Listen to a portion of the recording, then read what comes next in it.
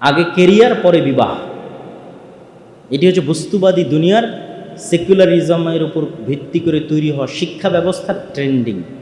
এটি আমাদের সিলেবাসে আমাদের শেখানো হয়েছে, আমাদের বাবা মায়েরা শিখেছে, আমরা শিখছি। এটা থেকে বের হওয়া খুবই কঠিন। তো প্রথমত পিতা মাতাকে নাসিহাত করতে হবে, তাদেরকে কোরআন এবং হাদিসের জ্ঞানকে প্রাধান্য দেওয়ার জন্য অনুরোধ করতে হবে এবং অবশ্যই প্রাপ্ত বয়স্ক অবস্থায় উপযুক্ত পাত্র বা পাত্রী পাওয়া গেলে বিবাহ দেওয়ার চেষ্টা করতে হবে। আল্লাহ সুবহানাহু ওয়া তাআলা কোরআন মাজিদে বলেছে, তোমরা তোমাদের ইয়েতিমদের বিবাহ দাও, আল্লাহ তোমাদেরকে ধনী করে দিবে। তো ইয়েতিমের সাথে আপনি অসহায়, অর্থনৈতিকভাবে অসহায় লাগিয়ে দেন, আল্লাহ তোমাদেরকে ধনী করে দিবে, অর্থের ব্যবস্থা করে দিবে। আর যেহেতু রিজিকের দায়িত্ব আল্লাহ নিজে নিয়ে রেখেছে, ওয়ামা মিন দাব্বাতিন ফিল আরদি ইল্লা আলাল্লাহি রিজকুহা, পৃথিবীতে একটা পিঁপড়া চললেও তার রিজিকের দায়িত্ব আমি আল্লাহ। কুল্লুকুম জায়া ইল্লা মান আতআমতু, তোমরা সবাই ক্ষুধার্ত তবে আমি যাকে খেতে দিয়েছি। কুল্লুকুম আরিন ইল্লা মান কাসাউতু, তোমরা সবাই উলঙ্গ তবে আমি আল্লাহ যাকে কাপড় পরার তৌফিক দিয়েছি। তাহলে কত শক্তভাবে আল্লাহ বলছে যে আমরা সবাই ক্ষুধার্ত, কিন্তু খেতে পেয়েছি কে খাইয়েছে? আল্লাহ খায়, আল্লাহ নিজে বলতেছে। তো এই জন্য সকলের রিজিকের দায়িত্ব আল্লাহ নিয়েছে। ওমা ইয়াত্তাকিল্লাহ ইয়াজআল লাহু মাখরাজা, যে ব্যক্তি আল্লাহকে ভয় করবে আল্লাহ তার জীবন চলার পথ কোনো না কোনোভাবে ব্যবস্থা করে দিবেন। ওয়া ইয়ারযুকহু মিন হাইথু লা ইয়াহতাসিব, আর আল্লাহ তাকে কোথায় থেকে রিজিক দিবেন ও নিজেও বুঝতে পারবেন। অতএব আপনি আল্লাহর উপর ভরসা করেন, পিতা মাতাকে আল্লাহর উপর ভরসা করতে শিখান। এক্সটার্নাল টিচার এসে ভাইভাতে কেন পর্দাশীল কাউকে মুখ খুলতে বলে, এ ব্যাপারে কিছু বলবেন প্লিজ। আজকের আধুনিক বিশ্ব ইসলাম বিরোধী নয়, বরং ইসলাম বান্ধব। কিভাবে ইসলাম বান্ধব? এটি আমাদের সংকীর্ণতা। আপনি বাংলাদেশের ইউনিভার্সিটি কলেজগুলোতে যাবেন, আপনাকে বলবে যে আপনি মুখ খুলেন, কথার কথা আমি বলতেছি।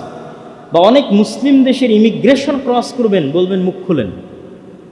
কিন্তু দেখা যাচ্ছে আপনি ইংল্যান্ডের ইমিগ্রেশন ক্রস করতেছেন, আপনাকে মুখ খোলার কথা বলা হবে না। কেন? অত্যাধুনিক প্রযুক্তি, আমার ফিঙ্গারপ্রিন্ট দিয়ে সে আমাকে ফাইন্ড আউট করতে পারতেছে আমার পরিচয়, আমার আইডেন্টিটি, কেন আমার মুখ দেখবে? তাহলে আপনার যদি ছাত্রীর পরিচয় আইডেন্টিটি করার প্রয়োজন হয়, আপনি উন্নত ব্যবস্থাপনা করেন। এত বড় বিজ্ঞান ও প্রযুক্তি নাম লাগিয়ে রেখেছেন, ফিঙ্গারপ্রিন্টের ব্যবস্থা থাকবে না পরিচয় নেওয়ার জন্য? তাহলে কিসের বিজ্ঞান হলো আর কিসের প্রযুক্তি হলো? বিজ্ঞান ও প্রযুক্তি বিশ্ববিদ্যালয়ে যদি ছাত্রীকে পরিচয় দিতে মুখ খোলা লাগে, তাহলে এটা তো বিজ্ঞান প্রযুক্তি হলো না, অন্ধত্ব হলো।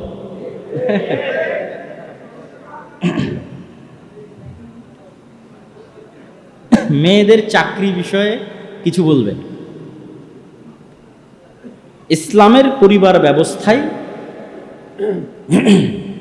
আচ্ছা তার আগে আরেকটু ভূমিকা দিয়ে, সেটি হচ্ছে আল্লাহ সুবহানাহু ওয়া তাআলা সৃষ্টিগতভাবে যে মেয়েদেরকে দুর্বলের কথা বললেন, এটি একদম সায়েন্টিফিক্যালি অযৌক্তিক নয়। হরমোনাল পার্থক্য আছে। ম্যাসকুইলিন যে হরমোন, মানে পৌরুষত্বের যে হরমোন, সেটি পুরুষদের মধ্যে আছে, আর নারীদের যে হরমোন সেটি নারীদের মধ্যে আছে। ফলত স্বভাবে কিছু পার্থক্য আছে। সব বাদ দিলাম, আপনি এই 24-এর আন্দোলনের কথা ধরেন, মেয়েদের একটা ভালো ভূমিকা ছিল, কিন্তু দেখবেন যেগুলো একদম ক্রিটিক্যাল মোমেন্ট, ভয়ঙ্কর সিচুয়েশন, সেখানে দেখবেন মেয়েরা নাই। তখন ছেলেরাও চেষ্টা করতেছে মেয়েরা সেফলি বের হয়ে যাক, এবং ওই সিচুয়েশন ট্যাকেল দেওয়ার মতো অবস্থা মেয়েদের নাই, তাদের মানসিক শক্তি নেই। এই জন্য পৃথিবীতে বড় বড় অপারেশন, সার্জারি, এই জগতে যদি যান, দেখবেন যে মেয়েদের অংশ, যেমন অ্যানেস্থেশিয়া, যখন সিজার করে, অ্যানেস্থেশিয়ার মেয়ে ডাক্তার খুঁজেই পাওয়া যায়। তো এগুলো হচ্ছে বাই নেচার, জন্মগত কিছু বিষয় আছে। কিছু কিছু বিষয়ে মেয়েরা এগিয়ে, কিছু কিছু বিষয়ে ছেলেরা এগিয়ে। তো শয়তানের জন্য খুবই সহজ হয় একজন মেয়েকে ফেমিনিস্ট করা। একবার একজন মেয়েকে ফেমিনিস্ট করতে পারলে, মানে অ্যাজ এ নারী সে পুরুষের চাইতে বেশি পাওয়ারফুল, এবং এই পাওয়ার খাটানোর রাস্তা তার সামনে তৈরি হলে, অর্থনৈতিকভাবে হোক, পদের কারণে হোক, যে কোনোভাবে হোক, তখন যে ম্যাসাকারটা হয়, ওই ম্যাসাকারটা একজন পুরুষের তুলনায় বেশি ভয়ঙ্কর হয়। আবারও 24-এর আন্দোলনের কথা আসবে। এই জায়গায় যদি শেখ হাসিনা না হয় একজন পুরুষ হতো, অনেক আগে পদত্যাগ করে দিত। অনেক আগে। কিন্তু যেহেতু মহিলারা শয়তান তাদেরকে যখন ফেমিনিস্ট করে, মানে সে নারী এবং তাকে পাওয়ার প্রয়োগ করার রাস্তা দেওয়া হয়েছে, অসংখ্য অর্থ দেওয়া হয়েছে, পদ দেওয়া হয়েছে, ক্ষমতা দেওয়া হয়েছে, তখন যে ম্যাসাকারটা হয় ওটা অনেক ভয়ঙ্কর, অনেক খারাপ। এই জন্য স্বাভাবিকভাবে ইসলামের পারিবারিক নিয়ম হচ্ছে অর্থ উপার্জন করবে পুরুষ, পরিশ্রম করবে পুরুষ, আর মেয়ে তার সন্তান সন্ততিকে আরেকজন শক্তিশালী পুরুষে পরিণত করার জন্য কাজ করবে। এই জন্য আপনাদেরকে আরেকটা ছোট্ট জিনিস এখানে বলে যায়, এটা বাস্তবে প্র্যাকটিক্যাল পরীক্ষা করবেন। যেই নারী যত কোমল এবং যত ভদ্র, যত নম্র এবং যত পর্দাশীলা, তার সন্তান তত সাহসী, তত বীর বিক্রম, তত বীর পুরুষ। আর যেই নারী যত অভদ্র, যত পুরুষদের সাথে বেশি মিশে এবং যত ফেমিনিস্ট, যত নারীবাদী, তার পুরুষ সন্তান ততটাই দুর্বল এবং ওরাই হচ্ছে এলজিবিটিকিউ হয়ে বলবে আমি এখন মেয়ের রূপ ধারণ করব, কেননা তার মধ্যে পৌরুষত্ব শেষে নাই। এইটা আপনি বাস্তবে পরীক্ষা করে দেখতে পারেন। আর শয়তান এই জিনিসটা চায়। এই জন্য খালিদ ইবনুল ওয়ালিদ, তারেক বিন জিয়াদ কেমন মেয়ের পেট থেকে জন্ম নিবে, যে খুবই কোমল, খুবই নম্র, খুবই পর্দাশীলা, তার পেট থেকে খুবই ভয়ঙ্কর লেভেলের বীর বিক্রম, বীর পুরুষ, বীর মুজাহিদ জন্ম নেবে। তো এই জন্য ইসলাম চায় যে মেয়েরা এই সাইডটা দেখভাল করুক, পরিবার দেখভাল করুক, সন্তানকে খুব ভালোবাসা দিক, আদর দিক, যত্ন দিক, শিক্ষা দিক, এমন সন্তান তৈরি করুক পৃথিবী শাসন করবে। আর তার বিপরীতে সেকুলার সিস্টেম চায় যে মেয়েরা ফেমিনিস্ট হোক। তাহলে মেয়েদের ফেমিনিস্ট হওয়ার একটা অন্যতম রাস্তা হচ্ছে সে চাকরি করবে, টাকা ইনকাম করবে। তখন যে ম্যাসাকার হবে সেই ম্যাসাকার সে কন্ট্রোল করতে পারবে না, মানসিকভাবে মহিলা কন্ট্রোল করতে পারবে না, ওই ব্যালেন্সটা পুরুষ রক্ষা করতে পারে। তখন মহিলা মানুষ জালেম হয়ে যায়, অত্যাচারী হয়ে যায়। দেখবেন এক মহিলা আর এক মহিলার উপর বেশি জুলুম করে, একজন পুরুষ আর এক পুরুষের উপর জুলুম করার চাইতে একজন মহিলা আর এক মহিলার উপর বেশি জুলুম করে, শাশুড়ি বৌমার উপর, বৌমা শাশুড়ির উপর, এইভাবে মানে মেয়েরা মেয়েদের প্রতি বেশি জুলুম করে। তখন ওই মেয়ে যখন আরও বেশি পরিমাণে ক্ষমতা পেয়ে যায় তখন সে আর ব্যালেন্স করতে পারে না, তখন সেই জুলুমটা তার স্বামীর উপর শুরু হয়, জুলুমটা সন্তান সন্ততির উপর শুরু হয়। ফলত সমাজ ব্যবস্থা এবং পরিবার ব্যবস্থায় ব্যালেন্স করার জন্য যে পুরুষ, তাকে ইনকাম করতে হবে, সে ন্যূনতম হলো ব্যালেন্স। তার মানে সব পুরুষ ভালো আমি এটি বলতেছি না, কিন্তু মোটামুটি স্বাভাবিক অবস্থায় একজন পুরুষ আরেকজন স্বাভাবিক নারীর চাইতে বেশি ব্যালেন্স করতে পারে। তাহলে কখন চাকরি করবে? যদি খুবই অসহায় অবস্থা হয় এবং যদি মনে করে পরিবার পরিজন, সন্তান সন্ততির ক্ষতি হচ্ছে না, জ্ঞান আছে, স্বামীর আনুগত্য করে, স্বামীর অনুমতি আছে, পর্দার লঙ্ঘন হচ্ছে না, এরকম ডট ডট ডট ডট অসংখ্য শর্তের ভিত্তিতে চাকরি করতে পারে। শায়েখ বর্তমান যুগের মেয়েদের ক্যারিয়ার ভাবনা নিয়ে কিছু নাসিহা করবেন দয়া করে। আশা করি এতক্ষণ যে প্রশ্নের উত্তরটা দিয়েছি তার মধ্যেই এই উত্তরটা নিহত আছে যে আমাদের মেয়েদের ক্যারিয়ার কি হওয়া উচিত।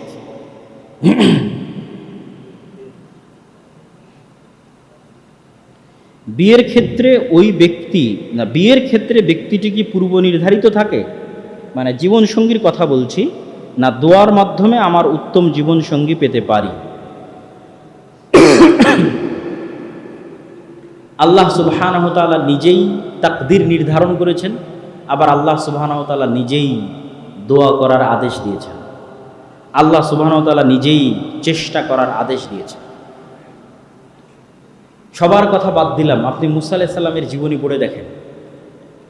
মুসা আলাইহিস সালামকে আল্লাহই বলছে তুমি যাও ফিরআউনের কাছে, আল্লাহ জানেন এখানে কি ঘটবে, তারপরেও আল্লাহ সুবহানাহু ওয়া তাআলা মুসা আলাইহিস সালামকে বলছেন তুমি দোয়া করো, আমাকে দোয়াতে স্মরণ করতে ভুলবে না, আমাকে আমার কাছে দোয়া করবে যে আল্লাহ আপনি আমাকে বাঁচান বা বিপদ থেকে উদ্ধার করেন।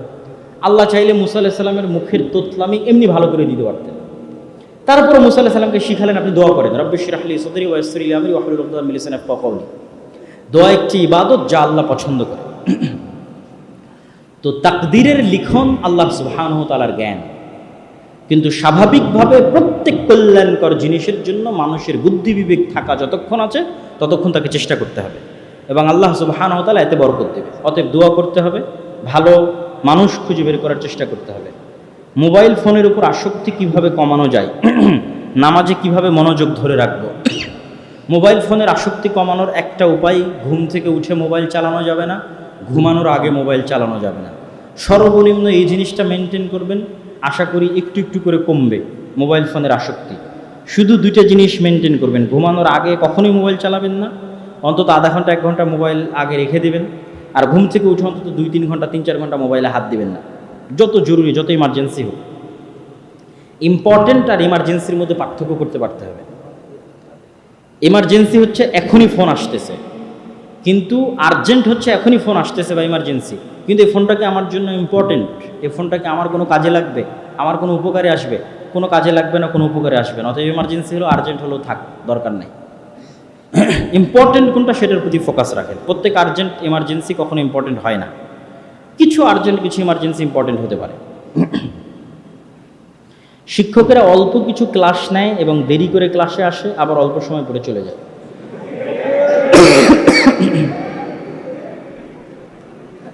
ছাত্ররা বৈষম্যের বিরুদ্ধে আন্দোলন করলো, তো এটা কি বৈষম্য নয়? তো এবং ছাত্রও যদি ক্লাসে অনুপস্থিত থাকে তাহলে ছাত্রও দুর্নীতিবাজ, আর শিক্ষকও যদি ক্লাসে দেরিতে আসে এবং আগে চলে যায় তাহলে শিক্ষকও দুর্নীতিবাজ। দুর্নীতি মানে শুধু টাকাই নয়, আপনার দায়িত্বের আমানতে যে আপনি খেয়ানত করতেছেন এটিও দুর্নীতি। আর এই দুর্নীতি বহির্বিশ্বে দেখা যায় না বলেই তারা এত উন্নত, আর এই দুর্নীতি আমাদের দেশে আছে বলেই আমরা এতটা অনুন্নত, এবং আমরা এটাকে অপরাধী মনে করি না। অথচ অবশ্যই দেরিতে আসলে এবং পূর্বে গেলে ওই বেতন হালাল হবে না, হারাম রিজিক, হারাম বেতন। এইটা শতভাগ সত্য কথা, এটা আমি মজাক করে বলতেছি না, এটাই সত্য। আপনাকে যে দায়িত্ব দেওয়া হয়েছে, যে দায়িত্বের জন্য আপনি বেতন নিচ্ছেন, এই প্রত্যেকটা টাকার জন্য, এই প্রত্যেকটা দায়িত্বের জন্য আপনি জিজ্ঞাসিত হবেন। ঠিক যারা এখানে পড়তে এসেছে, যাদের পিছনে সরকার ভর্তুকি দিচ্ছে, খরচ দিচ্ছে, বিল্ডিং তৈরি করে দিয়েছে, খাবার ব্যবস্থা করে দিয়েছে, তারাও যে পড়াশোনা না করে আড্ডাবাজি করতেছে, এদেরকেও এই সময় নষ্ট করার জন্য, এই টাকাগুলো নষ্ট করার জন্য, এই অর্থ, এই বিল্ডিংগুলো নষ্ট করার জন্য জবাবদিহি করতে হবে। এগুলো সবই হচ্ছে দুর্নীতি। আমরা জাতিগতভাবে একটি দুর্নীতিগ্রস্ত জাতি, আল্লাহ না করুক, একদম টপ টু বটম জাতিগতভাবে দুর্নীতিগ্রস্ত জাতি। কিভাবে এটির থেকে বের হওয়া যায় চেষ্টা করতে হবে। এই জিনিসগুলো বিশেষ করে যারা প্রবাস থেকে ফেরত এসেছে তাদের মধ্যে কিছুটা হলেও দেখা যায়, তারা এটা বুঝে যে না, আসলে আমরা জাতিগতভাবে যা করতেছি এটা ভুল করতেছি, তখন তার মধ্যে সিনসিয়ারিটি কাজ করে, সময়ের বিষয় আরও বিভিন্ন বিষয়। তো দেশের বাইরে না গেলে এটির বাস্তব অভিজ্ঞতা করা খুব কঠিন, কিন্তু যেভাবেই হোক আমাদের এটা বুঝতে হবে যে এটি আমাদের ধ্বংসের কারণ। আমাদের বিজনেস ফ্যাকাল্টির শিক্ষকরা কোনোদিন সুদের মতো ভয়াবহ বিষয় নিয়ে কথা বলেন না। না, তার আগে একটু বলি, হাসার কিছু নাই। সুদ যে ক্ষতিকর এটাই কেউ জানে না। এই জন্য এই সম্পর্কে তো আমাদের পড়াশোনা নাই। আমাদের অর্থনীতি মানেই, অঙ্ক মানেই ক্যাশ মানি আর সুদ আলাদা করা ইউরোপ আমেরিকায় অসম্ভব। প্রত্যেকটা ক্যাশ মানি আসলে লোনের বিপরীতে এসেছে। There is no cash money, আসলে কোনো ক্যাশ মানি নাই, প্রত্যেকটা টাকার বিপরীতে লোন আছে। তাহলে এখানে কোনো অর্থনীতি নাই সুদ ছাড়া। ঠিক ওই সিস্টেমটাই আমাদের বিজনেস বলেন, ফাইন্যান্স বলেন, সব জায়গায় প্রবেশ করে আছে। অর্থনীতি মানেই সুদ, সুদ ছাড়া আবার কিসের অর্থনীতি? অর্থনীতি টাকা মানেই সুদ, সুদ ছাড়া আবার কিসের টাকা? ব্যবসা মানেই সুদ, সুদ ছাড়া আবার কিসের ব্যবসা? ফলত এই বিষয়টা তারা জানেই না ভালোভাবে, অনুভবও করতে পারে না, ফিলও করতে পারে না। সুদ কি, আল্লাহ কেন সুদ হারাম করলেন, সুদ কেন ক্ষতিকর, আর সুদ কিভাবে মানুষকে গোলাম বানায়। অতএব আগে আমি অনুরোধ করব আমাদের সম্মানিত শিক্ষকদের, তারা যেন অবশ্যই সুদ নিয়ে পড়াশোনা করে, অন্তত নিজে জানার জন্য হলেও, যে আল্লাহ কেন এতটা কঠোরভাবে বললেন সুদ হচ্ছে আল্লাহ রাসূলের বিরুদ্ধে যুদ্ধ। এটা তো রহস্য, এতটা ভয়ঙ্করভাবে বলা। নিজেকে সর্বদা দিনের ওপর কীভাবে রাখা যায়? ফ্রেন্ড সার্কেল ভালো হলে দিনের ওপর রাখা সহজ। এই জন্য ফ্রেন্ড সার্কেলের প্রতি গুরুত্ব দিতে হবে। নামাজি, আল্লাহওয়ালা বন্ধুবান্ধব বা ফ্রেন্ড সার্কেলের সাথে বেশি উঠা বসা করতে হবে। মাঝে মধ্যে মানুষের জানাজায় যেতে হবে, নিয়মিত কোরআন বুঝে পড়ার চেষ্টা করতে হবে। কোরআন কোনো কঠিন বই নয়, কোরআন তত্ত্ব নয় যে ফিকহের তত্ত্ব, হাদিসের তত্ত্ব, তাফসিরের তত্ত্ব, তত্ত্বমত্ত থিওরি মিউরি এগুলো না, একদম সহজ সাবলীল, র্যান্ডমলি কখনো আল্লাহর দয়ার বর্ণনা দিবে, কখনো পরকালের বর্ণনা দিবে, কখনো আল্লাহর শক্তির বর্ণনা দিবে, কখনো অতীতে চলে যাওয়া উম্মতের বর্ণনা দিবে, কখন নবীদের জীবনী বর্ণনা করবে। এইভাবে আসতেই থাকবে ঘুরিয়ে ফিরিয়ে। ফলত এটা মানুষের সাইকোলজির সাথে খুব সহজ কোরআনের সাথে কানেক্ট করা। অতএব নির্দ্বিধায় কোরআন পড়বেন এবং কোরআন অনুবাদ সহ পড়বেন। অন্তরের জেনা কি? অন্তরের জেনা হচ্ছে অন্তরের কুপরিকল্পনা। তাহলে কি আপনি বলবেন যে অন্তরের কুপরিকল্পনার জন্য আল্লাহ ধরবে? আল্লাহ সুবহানাহু তাআলা, রাসূল সাল্লাল্লাহু আলাইহি ওয়াসাল্লাম আল্লাহ সুবহানাহু তাআলার পক্ষ থেকে বলে দিয়েছেন, ইন্নাল্লাহা তাজাওয়াজা আন উম্মতি, আল্লাহ আমার উম্মতের অন্তরের কুপরিকল্পনা মাফ করে দিয়েছেন। আচ্ছা, তাহলে কোন অন্তরের কুপরিকল্পনা জেনা হিসেবে বিবেচিত হবে? যেটির উপর মানুষ আজমে মুসাম্মাম করেছে। আজমে মুসাম্মাম মানে শক্ত সিদ্ধান্ত নিয়েছে, ফাইনাল ডিসিশন নিয়েছে যে আমি এটি করব, এবং সেটি করার জন্য চেষ্টাও করেছে। এই অন্তরের কুপরিকল্পনার জন্য আল্লাহ পাকড়াও করবেন। আর যে অন্তরের কুপরিকল্পনার উপরে সে শক্ত সিদ্ধান্ত নেয়নি, অন্তরের কুপরিকল্পনা এসেছে আবার আল্লাহর ভয়ে, না এটা করা যাবে না, বাদ দিয়ে দিয়েছে, এই অন্তরের কুপরিকল্পনা আল্লাহ এমনি মাফ করে দেবেন। মেয়েদের দায়িত্ব কর্তব্য কি এই উম্মার জন্য? এই উম্মার জন্য মেয়েদের সবচেয়ে বড় দায়িত্ব কর্তব্য হচ্ছে একটা শক্তিশালী সাহসী প্রজন্ম তৈরি করা, বিল্ড আপ করা। নিজে শিক্ষিত হয়ে, নিজে দিনের জ্ঞান অর্জন করে, নিজের সন্তান সন্ততিকে কিভাবে ভবিষ্যৎ প্রজন্মের নেতা বানানো যায়, লিডার বানানো যায়, উম্মার নেতা বানানো যায়, সেটির জন্য চেষ্টা করা। আমরা যারা ইতিমধ্যে অবৈধ সম্পর্কে জড়িয়ে গেছি, সেখান থেকে উত্তরণের উপায় কি? খুব সুন্দর প্রশ্ন। আমি সাধুবাদ জানাই যে সে অন্তত চিন্তা করেছে যেটি থেকে কিভাবে বের হওয়া যায়, এবং এই চিন্তা করাটাই রাস্তাকে সহজ করে দেয়। আল্লাহ সুবহানাহু ওয়া তাআলা আমাদের জন্য এই রাস্তাকে সহজ করে দিক, আল্লাহুম্মা আমিন। তো ধারাবাহিক 5 ওয়াক্ত সালাত জামাতে মসজিদে আসা, এটা আরেকটু অ্যাড করি। আমি শুরুতে শুধু সালাতের কথা বলেছি। আপনি অবৈধ সম্পর্কে আছেন, আপনি পরীক্ষা করে দেখবেন আপনি নামাজি হলেও 5 ওয়াক্ত সালাত জামাতে আসতে পারেন না। মানে 5 ওয়াক্ত সালাত এই জামাতে প্রথম অবস্থায় আসতে পারেন না। ওই 2-1 ওয়াক্ত জামাতে যান, 2-1 ওয়াক্ত পড়েন, 2-1 ওয়াক্ত মিস দেন। প্রথমত আগে আপনার অন্তরকে আপনার ফুল কন্ট্রোল নিতে হবে। এই জন্য 5 ওয়াক্ত সালাতেই জামাতে আসতে হবে। অন্তত টানা 40 দিন 5 ওয়াক্ত সালাতে জামাতে আসতে হবে। এই চ্যালেঞ্জটা আপনি অতিক্রম করেন, আল্লাহ আপনার জন্য রাস্তা সহজ করে দেবে। আর এই চ্যালেঞ্জ যদি আপনি অতিক্রম করতে না পারেন, তাহলে আপনার মনকে তো আপনি কন্ট্রোল করতে পারবেন না। কন্ট্রোল করতে হলে তো কিছু প্র্যাকটিস করতে হবে, যে আমি ওই মেয়ের সাথে কথা বলবো না, এটা তো একটা কন্ট্রোলিং পাওয়ার। কন্ট্রোলিং পাওয়ার তো আগে অর্জন করতে হবে। তাহলে প্রথমবার বলেছিলাম শুধু সালাত, এবার যুক্ত করে দিলাম 5 ওয়াক্ত সালাত জামাতে অন্তত টানা 40 দিন। এটা একটা যুদ্ধ, চ্যালেঞ্জ। এই চ্যালেঞ্জটা অতিক্রম করেন, আপনার জন্য আল্লাহ রাস্তা সহজ করে দিবে। আচ্ছা, আর আপনি নিজেকে এই বলে বুঝ দিবেন, এই বলে আপনি নিজেকে বুঝ দিবেন, নিজেকে কাজে ব্যস্ত রাখার চেষ্টা করবেন, প্রোডাক্টিভ রাখার চেষ্টা করবেন, পিতামাতা দেশ ও জাতির জন্য কিছু করার চিন্তা রাখবেন। নিজেকে যত বেশি ব্যস্ত রাখবেন পড়াশোনা, কাজ ইত্যাদিতে, দেশ ও জাতির কাজে, ফ্রেন্ড সার্কেল যত ভালো হবে, তত আপনি ওই ধরনের বিষয়গুলো থেকে আপনার জন্য বের হয়ে আসা সহজ হবে। আর নিজের মনের উপর কন্ট্রোল পাওয়ার বৃদ্ধি করতে হবে। স্মরণ শক্তি বৃদ্ধি করার উপায় কি? পড়ালেখার সর্বোত্তম সময় কখন? মোবাইল অ্যাডিকশন দূর করার উপায় কি? স্মরণ শক্তি বৃদ্ধি করার উপায় হচ্ছে লেট নাইট ঘুমানো যাবে না, যেটা আমাদের ক্যাম্পাসগুলোতে ছাত্রদের কমন স্বভাব। 4 বছরও মনে হয় কেউ 1000 চেষ্টা করেও তাড়াতাড়ি ঘুমাতে পারে না, আল্লাহ ভালো জানে। তো আপনি অস্ট্রেলিয়ার মানুষদের জীবনী দেখেন, মানে তাদের এখান থেকে ফোন দিয়ে শুনেন যে অস্ট্রেলিয়ার মানুষরা কখন ঘুম থেকে উঠে। ইংল্যান্ড ইউরোপে নাই, ওরা দেরিতেই ঘুমায় এবং দেরিতে উঠে, বাট অস্ট্রেলিয়ারা আগে ঘুমায়, আগে উঠে। এবং পৃথিবীতে যারা ধনী ব্যক্তি আছে, শ্রেষ্ঠতম ব্যক্তি আছে, উদ্যোক্তা আছে, তাদের জীবনী গুগলে সার্চ দিয়ে পড়েন তারা কখন ঘুম থেকে উঠে। সবচেয়ে বেশি বরকতময় সময় আল্লাহ এই উম্মতের জন্য সকালে রেখেছে, ফজর এবং ফজরের পরে রেখেছে। আপনার ব্রেইন যেই পরিমাণ শার্প, অ্যাক্টিভ, প্রোডাক্টিভ ফজরের পরে থাকবে, যেই পড়া আপনি ফজরের সময় আধা ঘন্টায় করতে পারবেন, ওই পড়া গভীর রাতে 3-4 ঘন্টাতেও হওয়া কঠিন আছে। এই জন্য স্মৃতিশক্তি বাড়ানোর জন্য অবশ্যই তাড়াতাড়ি ঘুমাতে হবে, তাড়াতাড়ি ঘুম থেকে উঠতে হবে এবং এটিকে যে কোনো মূল্যে বাস্তবায়ন করার চেষ্টা করতে হবে। আরও অসংখ্য ভয়ঙ্কর রোগ ব্যাধি মানসিক সমস্যার জড় হচ্ছে দেরিতে ঘুমানো, দেরিতে উঠা। 8টা 9টা 10টায় ঘুম থেকে উঠে কখনো কেউ উন্নত সফল সাকসেসফুল হতে পারবে না। তো স্মৃতিশক্তি বাড়ানোর জন্য আপনি অবশ্যই পড়ালেখা করার সর্বোত্তম সময় সকালে, আর স্মরণশক্তি বৃদ্ধি করার জন্য রাতে না ঘুমিয়ে সকালে ওঠার চেষ্টা করবেন। পড়তে বসার আগে বিভিন্ন যে দোয়াগুলো আছে সবারই মুখস্থ থাকার কথা, রব্বি জিদনি ইলমা, আল্লাহুম্মা ফাক্কিহনি ফিদ্দীন, আল্লাহুম্মা আল্লিমনিল হিকমা, হে আল্লাহ আপনি আমাকে জ্ঞান দিন, সূরা ফাতিহা, আয়াতুল কুরসি, নাস ফালাক, ইখলাস, রব্বি ইশরাহ লি সাদরি, এগুলো পড়লে অবশ্যই জ্ঞান বৃদ্ধি পায় এবং স্মৃতিশক্তি বেশি কাজ করে।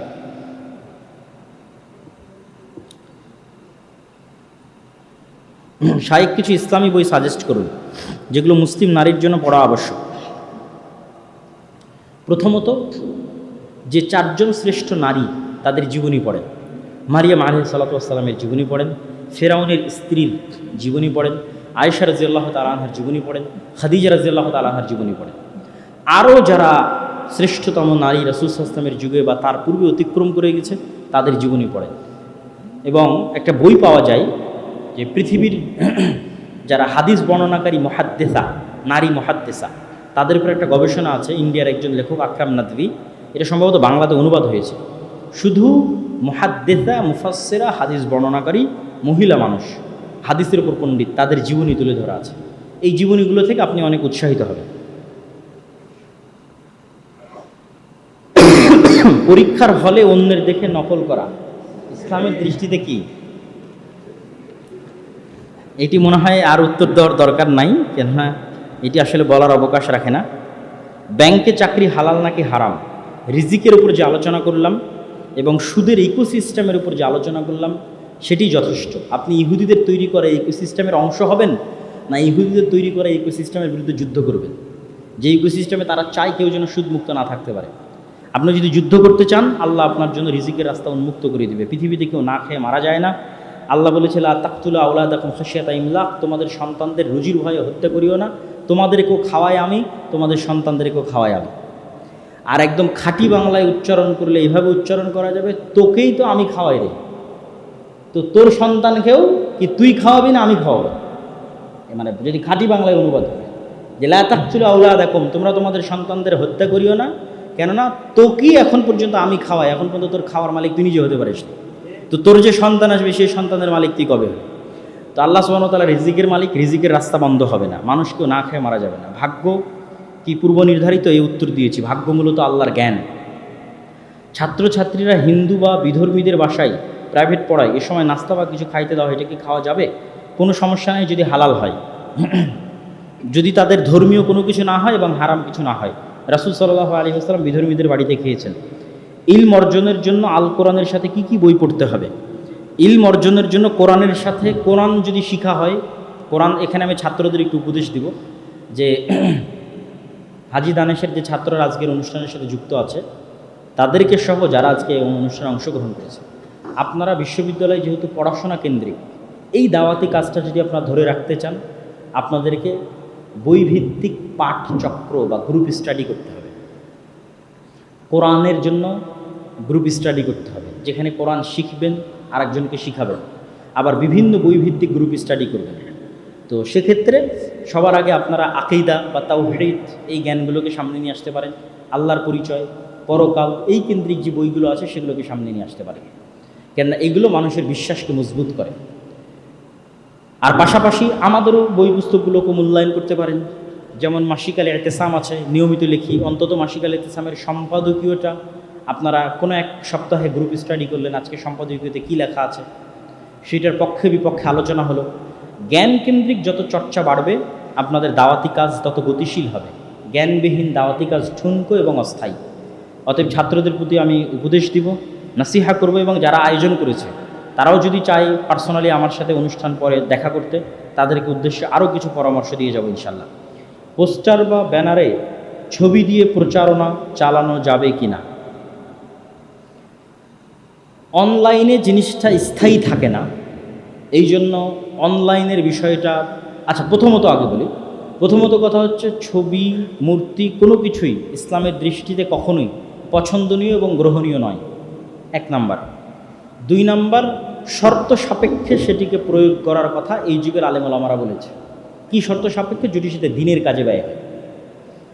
তো দিনের কাজে ব্যয় হয়, মোবাইলের মধ্যে তো মোবাইল থেকে হারিয়ে যাচ্ছে, কিন্তু যখন একটা ছবি প্রিন্ট হচ্ছে তখন সেটি ঝুলন্ত থাকতেছে, সেটির প্রতি সম্মান বা শ্রদ্ধাও চলে আসতে পারে মানুষের অন্তরে। এই জন্য সেটি থেকেও বিরত থাকার চেষ্টা করতে হবে। তবে যদি নিতান্তই সাময়িক সময়ের জন্য জাস্ট প্রচারের জন্য করা হয়, তারপরে আবার খুলে ফেলা হয়, কোথাও সম্মানের জন্য ঝুলিয়ে না ফেলা হয়, ফিতনার আশঙ্কা না থাকে, সেটি ভিন্ন বিষয়।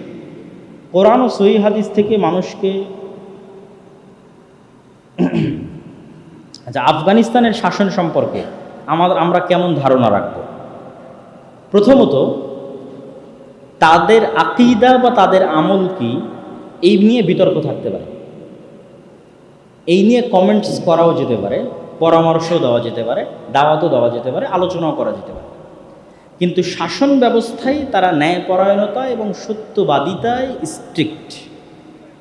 যেটি আমি আজকের জুমার খুতবায় বলেছি যে আমরা জাতিগতভাবে সত্যবাদী এবং ন্যায়পরায়ণ না হওয়ার কারণে উন্নত হতে পারছি না। আমাদের আলেম ওলামারাও সত্যবাদী এবং ন্যায়পরায়ণ না হওয়ার কারণে আল্লাহ আমাদের রাষ্ট্র ক্ষমতা দিচ্ছেন না। আমাদের মসজিদ, মাদ্রাসা, ইসলামী দল, সংগঠন, সব জায়গায় সালাত, সিয়াম, আলহামদুলিল্লাহ, মাশাআল্লাহ, আকীদা, জ্ঞান সব ঠিক আছে, সত্যবাদিতা এবং ন্যায়পরায়ণতা নেই। সত্যবাদিতা ন্যায়পরায়ণতা না থাকলে আল্লাহ মাফ করলে জান্নাতে যাওয়া যাবে, কিন্তু সত্যবাদিতা ন্যায়পরায়ণতা না থাকলে আল্লাহ রাষ্ট্র ক্ষমতা দেবে না। তো আফগানিস্তানে যারা রাষ্ট্র ক্ষমতায় গেছে তারা এই জিনিসটা খুবই শক্তভাবে বাস্তবায়ন করেছে, সত্যবাদিতা এবং ন্যায়পরায়ণতা। ফলত জনগণের আস্থা তারা অর্জন করতে পেরেছে। জনগণের আস্থা অর্জন করা একটা বড় ব্যাপার। আপনি শুধু ইসলাম দিয়ে, কোরআন হাদিস দিয়ে, বক্তব্য দিয়ে জনগণের আস্থা অর্জন করতে পারবেন না। জনগণ দেখতে চায় আপনি কতটা সমাজের সাথে সম্পৃক্ত, কতটা দেশের কল্যাণে কাজ করছেন, আপনি কতটা ন্যায় নিষ্ঠা, ন্যায়পরায়ণ। কিন্তু আমরা আলেমরা তো দেশের সমাজ বিচ্ছিন্ন। আমাদের নবী মুহাম্মদ সাল্লাল্লাহু আলাইহি ওয়াসাল্লাম লেখকও ছিলেন না, গবেষকও ছিলেন না, আবার তিনি পড়াও জানতেন না। ফলত তার লাইব্রেরিও ছিল না যিনি তিনি পড়বেন, লিখবেন, গবেষণা করবেন। আল্লাহ তাকে জ্ঞান শিক্ষা দিতেন, তিনি মানুষের মধ্যে সময় কাটাতেন, সমাজের সেবায়, মানুষের সেবায়। ফলত তার ন্যায়নিষ্ঠা, তার সত্যবাদিতা পৃথিবীতে প্রমাণিত হয়েছে। মানুষ তার নেতৃত্ব মেনে নিয়েছে। কি ইহুদি, কি খ্রিস্টান, কি মুশরিক নেতৃত্ব মেনে নিয়েছে, কেননা ন্যায়পরায়ণতা এবং সত্যবাদিতায় উনি আসমানের শীর্ষস্থানে অবস্থান করছে।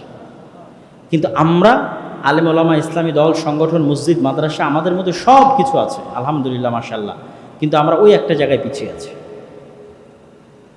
আমরা ইসলামী দল পরিচালনা করতে গিয়ে ন্যায়পরায়ণতা বাস্তবায়ন করতে পারছি না। কোন কর্মীকে পদ দিব, কোন কর্মীকে পদ দিব না, কে বেশি চামচামি করছে, কে চামচামি করছে না, কে যোগ্য, কে যোগ্য না, কোনটার ভিত্তিতে মূল্যায়ন করবে এটা আমরা জানি।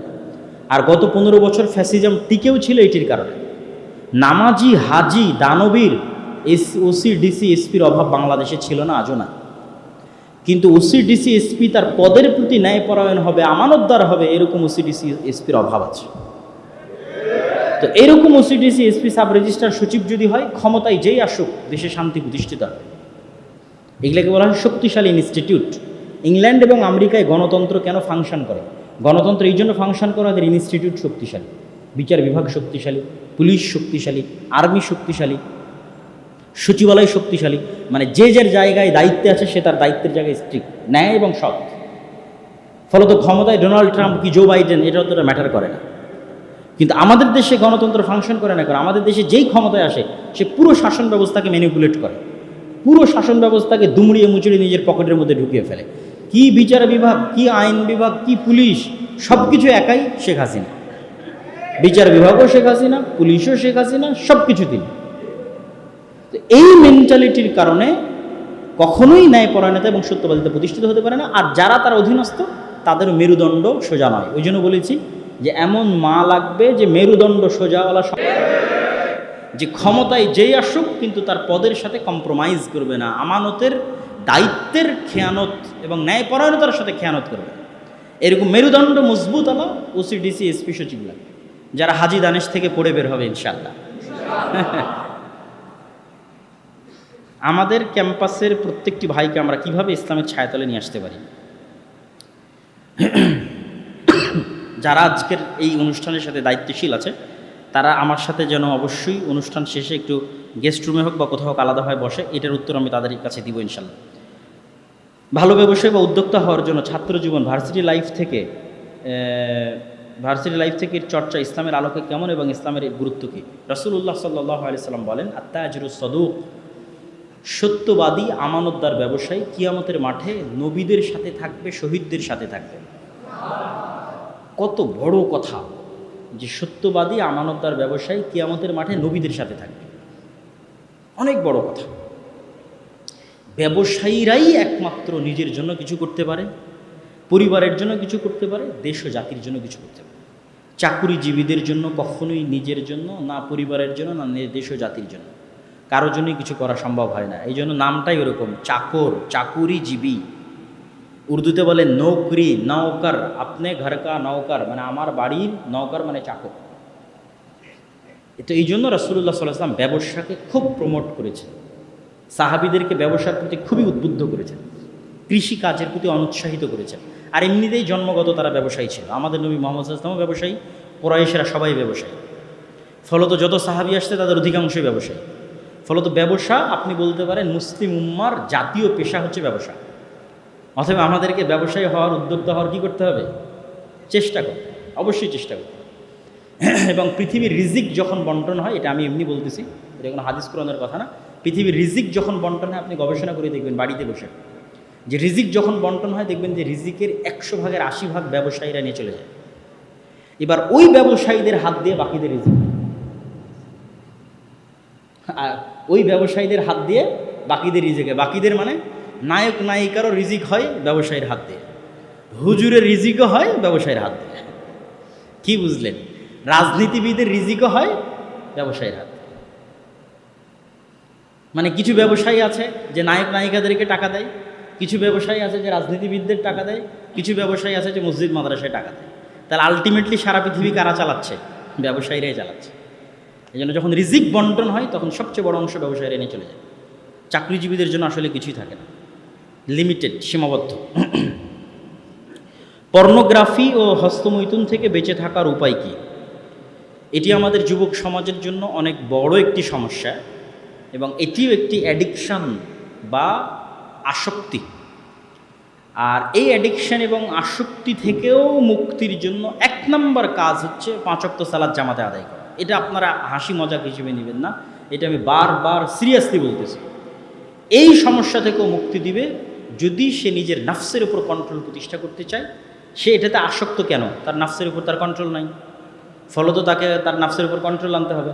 নাফসের উপর কন্ট্রোল আনার জন্য কী করতে হবে? একটা চ্যালেঞ্জ, একটা পরীক্ষায় পাশ করতে হবে। টানা 40 দিন 5 ওয়াক্ত সালাত জামাতে মসজিদে আদায় করতে হবে। তাহলে তার নাফসের উপর কন্ট্রোল ক্ষমতা প্রতিষ্ঠিত হবে, এই ধরনের অ্যাডিকশান কমে আসবে। 2 নম্বর, ভালো বন্ধু বান্ধবের সাথে থাকার চেষ্টা করতে হবে, ভালো বন্ধু বান্ধবের সাথে মেশার চেষ্টা করতে হবে। 3 নম্বর, একাকিত্ব এড়িয়ে চলতে হবে। রাসূলুল্লাহ সাল্লাল্লাহু আলাইহি সাল্লামও যখন মানুষ সফর করত তখন তিনি বলেছেন কেউ যেন একাই সফর না করে, একাই সফর করলে দ্বিতীয়জন শয়তান সফর করে। এরকম আরও বহু ক্ষেত্রে একাকিত্বকে নিরুৎসাহিত করা হয়েছে। কোনো ছেলে কোনো মেয়ের সাথে যেন নির্জনে একত্রিত না হয়, তখন সেখানে তৃতীয়জন শয়তান অবস্থান করে। তো চেষ্টা করতে হবে একাকিত্বকে এড়িয়ে চলা।